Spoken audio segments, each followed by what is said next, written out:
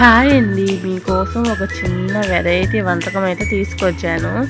వంకాయ తెల్లగడ్డ కారం ఫ్రై చాలా బాగుంటుంది. వేడి వేడి అన్నంలోకి అయితే నిజంగా చాలా బాగుంటుంది. చాలా సింపుల్గా కూడా చేసుకోవచ్చు. దీని ప్రాసెస్కి వస్తే నేనైతే ఒక 3/4 కేజీ వంకాయలు తీసుకున్నాను. ఇలా కట్ చేసేసి ఉప్పు నీళ్ళల్లో అయితే వేయాలి, చేదు ఉంటుంది కదా, అందుకనేసి ఉప్పు నీళ్ళల్లో వేసి ఒక 2 టైమ్స్ కడిగేసి పక్కన పెట్టేసుకోవాలి. తర్వాత ఒక ప్యాన్లో ఆయిల్ వేసుకోవాలి. నేనైతే ఇక్కడ కొలతలు చెప్పట్లేదు, ప్రాసెస్ మాత్రమే చెప్తున్నాను. ఆయిల్ అయితే వేసుకొని ఆయిల్ వేడెక్కాక పచ్చెనగపప్పు, ఆవాలు, జీలకర్ర, కరివేపాకు అయితే వేసుకోవాలి. మనం పచ్చెనగపప్పు కొంచెం దోరగా వేగిన తర్వాత వంకాయలు కూడా దాంట్లో వేసేసుకోవాలి. ఇంకొచ్చేసి మనకేంటి రుచికి సరిపడా సాల్ట్, ఉప్పు తీసుకుంటే తొందరగా కరగదు, అందుకనేసి సాల్ట్ అయితే తీసుకున్నాను నేను. మీరు కూడా సాల్టే తీసుకోండి. ఉప్పు తీసుకుంటే కళ్ళుగా అలాగే ఉంటుంది.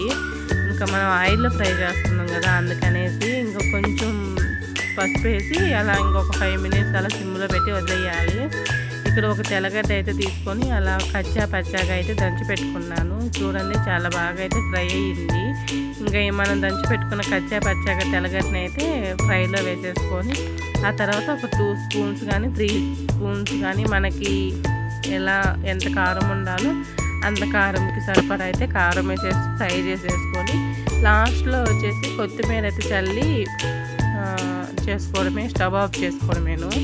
ఇలా ట్రై చేసి చూడండి. మళ్ళీ ఇలానే చేసుకుంటారు. ఏమి కర్రీ లేనప్పుడు ఏం చేయాలి అని అర్థం కానప్పుడు ఇది చాలా సింపుల్గా అయిపోద్ది. మీరు కూడా ఒకసారి ట్రై చేసి చూసి ఎలా ఉందో నాకైతే కామెంట్ చేయండి.